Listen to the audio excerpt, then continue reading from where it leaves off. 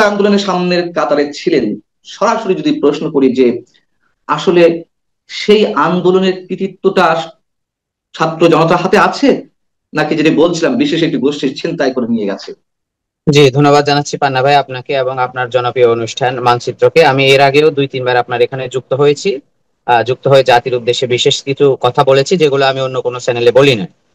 আসলে দেখুন, আপনি যে এই কথাটা বলেছেন যে জুলাই আন্দোলনের এই স্পিরিটটাকে ধারণ করে কিনা বর্তমান ছাত্র জনতা, এবং এই আন্দোলনটা চিন্তায় হয়ে গেছে কিনা, তা আমি আপনাকে বলবো যে শতভাগ এই আন্দোলনটা, ধরেন আপনি যদি একদম তর্কের খাতিরে না, যদি একদম টু দা পয়েন্টে বলি, তাহলে আমি এই আন্দোলনটা 90% চিন্তায় হয়ে গেছে, বাকি 10% এখনো বেঁচে আছে আমাদের মধ্যে। কিন্তু সেই 10% কেও বিশেষ একটা গোষ্ঠী কুক্ষিগত করার চেষ্টা করছে বারবার, শুধু একবার না।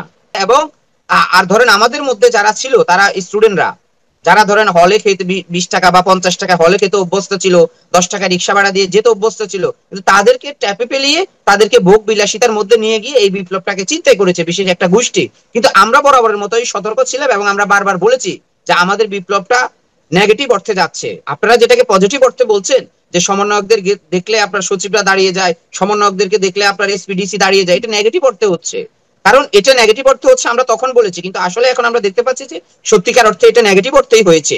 তো সেজন্য আমি বলবো যে এই আন্দোলনটা, ধরেন আপনি যদি এই আন্দোলনের সাথে যদি বাংলাদেশের ইতিহাসের সবচেয়ে বড় যুদ্ধ যদি আপনি ধরেন মুক্তিযুদ্ধ, তো অবশ্যই 1971 সালে যদি তুলনা হয় তাহলে 24-এর তুলনা হবে, আর 24-এর যদি তুলনা হয় 71 সালের মুক্তিযুদ্ধের সাথে তুলনা হবে। তা আমরা দেখছি যে এই মুক্তিযুদ্ধটা যেভাবে সম্রাট, সর্বস্তরের মানুষ। আমি একটা প্রশ্ন করি, এই আন্দোলন নিঃসন্দেহে অনেক বড় আন্দোলন, দক্ষিণ এশিয়ার মধ্যে সাম্প্রতিক সময় এই ধরনের আন্দোলন দেখা হয়নি, কিন্তু কোনো অবস্থাতেই কি আমরা 71-এর সঙ্গে তুলনা করতে পারি? 71 ছিল একটা স্বাধীন রাষ্ট্র, একটা স্বাধীন ভূখণ্ড, নিজেদের মতো পাওয়ার একটা আন্দোলন। 30 লাখ মানুষ শহীদ হয়েছেন, 2 লাখ মা বোন ধর্ষিতা হয়েছেন। সেখানে আমরা এই 71-এর সঙ্গে কি 24-কে কোনোভাবে তুলনা করতে পারি? আমরা তো পাশাপাশি আনছি না, আমরা বললাম যে আমরা 71-এর মহান আচ্ছা, মুক্তিযুদ্ধকে দেখি না, কিন্তু আমরা আচ্ছা, 24-কে বুঝতে পারছি। ঘটিয়েছি, সেটাই আমাদের কাছে মুক্তিযুদ্ধ। কিন্তু বাংলাদেশের যে জন্ম, যে স্বাধীনতা, সেই 71-কে তো আমরা ধারণ করেই আমাদের রাজনীতি করছি। তো এই 24-টা কিন্তু আমাদের স্বাধীন বাংলাদেশের বুঝতে পারছি। একটা আমার 71-এরই কথা একটা হচ্ছে, অংশ। আপনি যে বৈষম্যের বিরুদ্ধে আন্দোলন করেছিলেন 2024-এ, সেই বৈষম্য কি আরো প্রকট হয়েছে? যে কোটার বিরুদ্ধে আন্দোলন করেছিলেন সেই কোটা কি আরো শক্তভাবে জেঁকে বসছে, নাকি আপনাদের যে চেতনা সেই চেতনা সমুন্নত আছে বা সেই অনুযায়ী কাজ চলছে? না, আমরা আমরা খুবই ব্যথিত হয়েছি। আমরা বারবার দেখেছি যে জুলাই আন্দোলনে যারা ছিল, জুলাই আন্দোলনের যোদ্ধা আহত নিহতদের প্রতি বারবার রাষ্ট্র এবং বিভিন্ন অর্গান, রাষ্ট্রের বিভিন্ন অর্গান সিম্পিতি দেখিয়েছে। কিন্তু ভাই, এটা তো সিম্পিতি দেখার কিছু নাই। যেখানে আমি বুলেটের সামনে দাঁড়িয়েছি, আমার জীবন থাকবে কি থাকবে না সেই প্রশ্ন আমি নিঃস্বার্থ ভাবে দাঁড়িয়েছি। আমি তো একটা চাকরি পাওয়ার জন্য তো আমি জুলাই অভ্যুত্থানে ছিলাম না। আমরা দেখেছি মুক্তিযোদ্ধাদেরকে বিতর্কিত করা হয়েছিল, তাদেরকে ভাতা দিয়ে বিভিন্ন কোটার মাধ্যমে পরবর্তীতে এই এই প্রজন্ম অবজ্ঞা করেছে। তা আগামী 50 বছর পরেও তো এই জুলাই অভ্যুত্থানের এখন বলছে যে তাদেরকে চাকরির ক্ষেত্রে সুযোগ সুবিধা দিবে। আমি বলবো যে এগুলো একেবারেই ঠিক না। কোনো জুলাই অভ্যুত্থানের জন্য কোনো কোটা রাখা হবে না কোনো সরকারি চাকরিতে। জুলাই আন্দোলনে যে একতা সৃষ্টি হয়েছিল সাধারণ মানুষের সঙ্গে সাধারণ শিক্ষার্থীদের মধ্যে, সেই একতায় কেন ফাটল ধরলো? সে একতায় পাটল ধরেছে। আপনি দেখেন কয়দিন আগে বৈষম্য বিরোধী ছাত্র আন্দোলনকে কেউ কুক্ষিগত করবে না। আক্তার এবং নাহিদরা তাদের রাজনৈতিক দল করেছে এনসিপি, আমরা করেছি জন অধিকার পার্টি, এরকম আরো জুলাই মঞ্চ অনেকগুলো দল হয়েছে। কিন্তু বৈষম্য বিরোধী ছাত্র আন্দোলন যে একটা অরাজনৈতিক প্ল্যাটফর্ম মুক্তিযুদ্ধের মতো, আমরা যেই প্ল্যাটফর্মে সকল দল একসাথ হয়ে অভ্যুত্থানটা ঘটিয়েছি, আমরা দেখি সেই প্ল্যাটফর্মটাকে কুক্ষিগত করেছে। সেটার নতুন কমিটি হয়েছে, সেখানে আপনি দেখবেন উমামা পাতেমা নামে যে মুখপাত্র ছিল সে কিন্তু পদত্যাগ করেছে। বৈষম্য বৈষম্য বিরোধী ছাত্র আন্দোলনের বড় একটা অংশ এনসিপির সাথে কেন যায় না? আপনি এই প্রশ্নটা যদি করেন, বা আমাদের সাথে কেন আসে না, আপনি দেখুন বৈষম্য বিরোধী ছাত্র আন্দোলনটাকে তারা সর্বপ্রথম হচ্ছে যে কোটা বৈষম্য করেছে, সেখানে তারা ঢাকা বিশ্ববিদ্যালয়ের কোটাকে সামনে নিয়ে আসছে। সেখানে আমরা দেখেছি যে আন্দোলনের মূল স্টেক হোল্ডার ছিল এখানে তিনটা, মানে পাবলিক বিশ্ববিদ্যালয়, প্রাইভেট বিশ্ববিদ্যালয়, সারা বাংলাদেশের কলেজগুলো, সাধারণ শিক্ষা প্রতিষ্ঠান। তা আপনি তিন ক্যাটাগরিতে যদি আন্দোলনকে নিয়ে আসেন, তাহলে সবচেয়ে বেশি অগ্রণী ভূমিকা রেখেছে প্রাইভেট বিশ্ববিদ্যালয় এবং সাধারণ ছাত্র জনতা। ঢাকা বিশ্ববিদ্যালয় কিন্তু হল বন্ধ করার পরে কিন্তু তারা চলে গিয়েছে। আপনি ঢাকার এমন কোন স্পোর্ট দেখাতে পারবেন না যে স্পোর্টটা ঢাকা বিশ্ববিদ্যালয়ের দখলে ছিল। আমি একটু কারণটা জানতে চাই, কেন তারা এগুলো করলো? মানে এখানে কি এই কারণটা স্বার্থের হচ্ছে, এই বুদ্ধিগত কারণটা দ্বন্দ্ব? হচ্ছে তারা তারা একটা সিন্ডিকেট করে ফেলছে, যে এই সিন্ডিকেটের সাথে যে মিলবে, যে তাদের কথা শুনে জিহুজু জিহুজু করবে, তারাই শুধুমাত্র থাকবে। সত্যিকার অর্থে তাদের সাথে যারা বিরোধ করবে, যারা বিপ্লবী, তাদের কথার সাথে দ্বিমত হবে, তাদেরকে তারা আস্তে আস্তে করে চাইট করে দিয়েছে, তাদেরকে কর্নার করে দিয়েছে। সত্যিকার অর্থে বিপ্লবীদেরকে আপনি দেখুন, অনেকবার কিন্তু তাদের অফিসে মারামারি হয়েছে, অনেকবার তাদের অফিসে দস্তাদস্তি, তারা বিভিন্ন জায়গায় লিফলেট বিতরণ করতে গেছে, সেখানে মানুষ, সেখানে সাধারণ শিক্ষার্থীরা ক্ষুব্ধ হয়ে তাদের উপর হামলা করেছে। এই জায়গাগুলো সৃষ্টি কারা করেছে? আপনি সেখানে যদি দেখেন 3 জন উপদেষ্টা হয়েছে, 3 জনই ঢাকা বিশ্ববিদ্যালয় থেকে হয়েছে। কেন প্রাইভেট বিশ্ববিদ্যালয় থেকে একজন নেওয়া যেত না? অন্যান্য বিশ্ববিদ্যালয় থেকে নেওয়া যেত না? এনসিপির প্রধান যে দায়িত্ব আপনি যদি ধরেন, তাদের প্রধান 4-5 জন সবাই ঢাকা বিশ্ববিদ্যালয়ের, এটা কেন হবে? তারপরে গণতান্ত্রিক ছাত্র আন্দোলনের নেতৃত্বে, মূল নেতৃত্বে ঢাকা বিশ্ববিদ্যালয়। বৈষম্য বিরোধী ছাত্র আন্দোলনের এখন যে কমিটি করছে সেটাও তারা অর্থাৎ তারা ওই রসুনের মানে ছোট ছোট ইয়ের মতো, মানে মাথাটা হচ্ছে এক, কিন্তু তারা বিভিন্ন ভাবে ডিভাইডেশন বোঝায়, তাদেরই লোক দিয়ে তারা বিভিন্ন ভাবে লাস্ট সর্বশেষ তারা জাতির সাথে যে পোষণ করেছে বৈষম্য বিরোধী ছাত্র আন্দোলনের এই ব্যানারটাকে জোরপূর্বক দখল করে। এটা আমি মনে করি যে বাংলাদেশের মানুষের সাথে তারা বরাবরের মতো গাদ্দারি করেছে, সরকারের সকল সুযোগ সুবিধা ব্যবহার করে, আর এগুলো করছে শুধুমাত্র তারা আসিফের শক্তিতে। এই আসিফ মাহমুদই তাদেরকে দিয়ে এগুলো করাচ্ছে, যে তারা তো সরকারের বড় একটা অংশ এখন, সুতরাং তারা তো সরকারি দল, তাদের বিরুদ্ধে ওইভাবে সাধারণ শিক্ষার্থীরা কেউ কিছু বলছে না। এটা আমি মনে করি একটা সময় তারা ইতিহাসের কাছে জবাবদিহি করতে হবে। আপনি দেখবেন এই বৈষম্যের বিরুদ্ধে আমরা আন্দোলন করেছি, কিন্তু এনসিপি বৈষম্য করছে। জুলাই আগস্ট বললেই এনসিপির নাম সামনে চলে আসবে। কেন রে ভাই? একটা দলের নাম কেন সামনে আসতে হবে? একটা ব্যক্তির নাম কেন আসতে হবে? এই সত্যিকার অর্থে মাহফুজকে, ডক্টর মোহাম্মদ ইউনূস আমাদের সর্বজন স্বীকৃত, তিনি যা করেছে, তিনি আমি মনে করবো এটা ভুল করেছে, অথবা তাকে ভুল বোঝানো হয়েছে। যে মাহফুজ আলমকে যে মাস্টার মাইন্ড বলে তিনি যে ভুল করেছে, তখন থেকেই কিন্তু আন্দোলনের মাস্টার মাইন্ড শব্দটা চলে আসছে। আম, আমি যে সরাসরি প্রশ্ন করি সম্রাট, এই 1 বছরে কতটুকু আপনাদের কাঙ্ক্ষিত বাংলাদেশ পেয়েছেন, বা পরিবর্তিত বাংলাদেশ আসলেই আপনাদের আকাঙ্ক্ষা অনুযায়ী হাঁটছে কিনা? সত্যিকার অর্থে ধরেন এই 1 বছর হয়ে গেল, 1 বছরে বাংলাদেশের মানুষ কি পেলো এই সরকার থেকে? আমরা দেখেছি যে 3 মাসের সরকার, 111 সরকারের সময় আপনি তো দেখেছেন যে মানুষ কিভাবে 2 বছর পার করেছিল। সরকারের একটা নিয়ন্ত্রণ ছিল রাষ্ট্রের প্রতিটা অর্গানের মধ্যে, কিন্তু আমরা দেখতে পাচ্ছি যে এই সরকারের রাষ্ট্রের প্রতিটা অর্গানের প্রতি নিয়ন্ত্রণ নেই।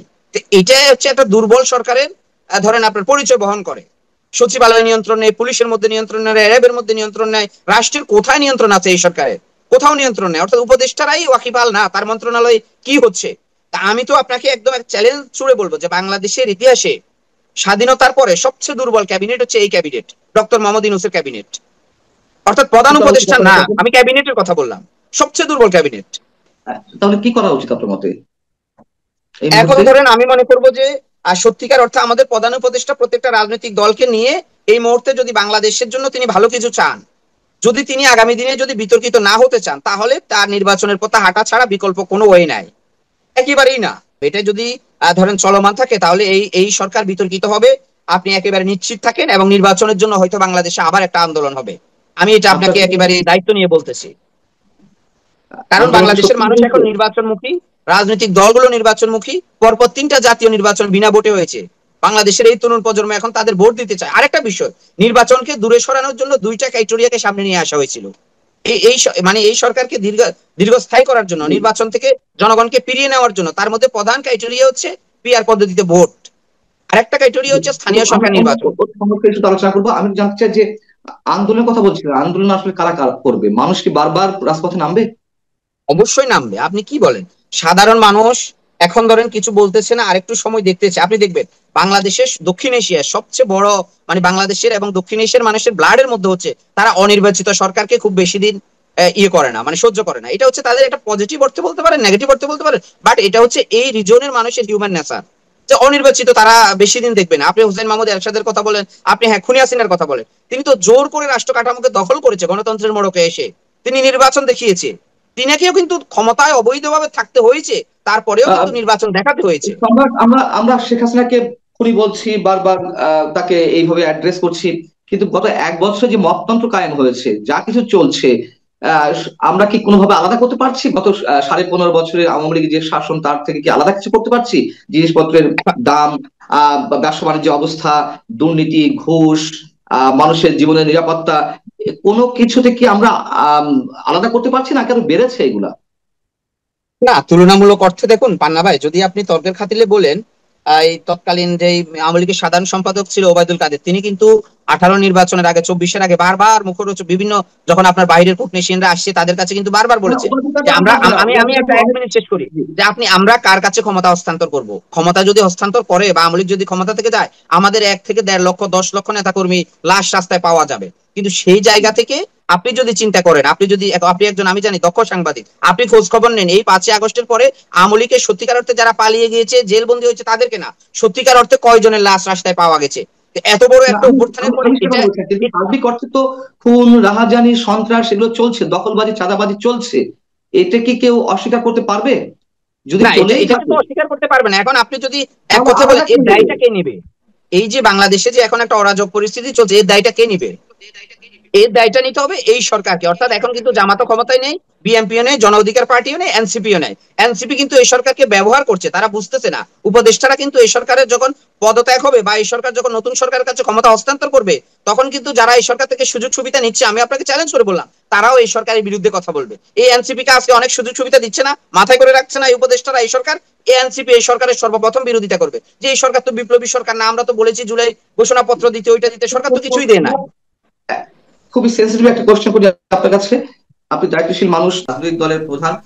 আহ প্রশ্নটা হচ্ছে যে, যেই শত শত পুলিশকে হত্যা করা হলো, যেই শত শত থানা লুট করা হলো, এই লুট করা অস্ত্রগুলো কোথায়, কাদের কাছে, আপনার কাছে কি মনে হয়? এবং এইগুলো উদ্ধার না করা পর্যন্ত বাংলাদেশে কোনো ধরনের স্থিতিশীলতা আসবে?